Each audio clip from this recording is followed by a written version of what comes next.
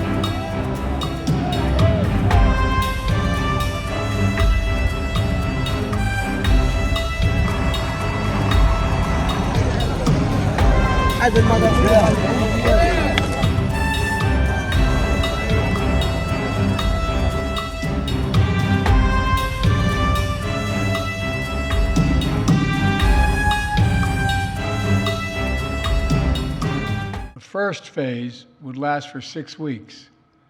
Here's what it would include: a full and complete ceasefire, a withdrawal of Israeli forces from all populated areas of Gaza, release of a number of hostages, including women, the elderly, the wounded, in exchange for release of hundreds of Palestinian prisoners.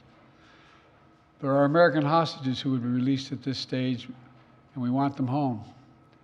Additional, some remains of hostages who have been killed would be returned to their families, bringing some degree of closure to that terrible grief. Palestinians, civilians, would return to their homes and neighborhoods in all areas of Gaza, including in the north.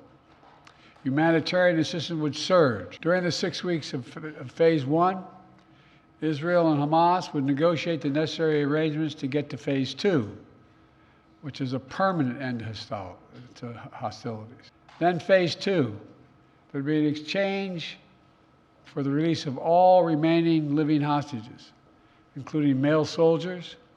Israeli forces would withdraw from Gaza, and as long as Hamas lives up to its commitments, a temporary ceasefire would become, in the words of the Israeli proposal, the cessation of hostilities permanently, end of quote. Cessation of hostilities permanently. Finally, in Phase 3, a major reconstruction plan for Gaza would commence, and any final remains of hostages who've been killed would be returned to their families. That's the offer that's now on the table.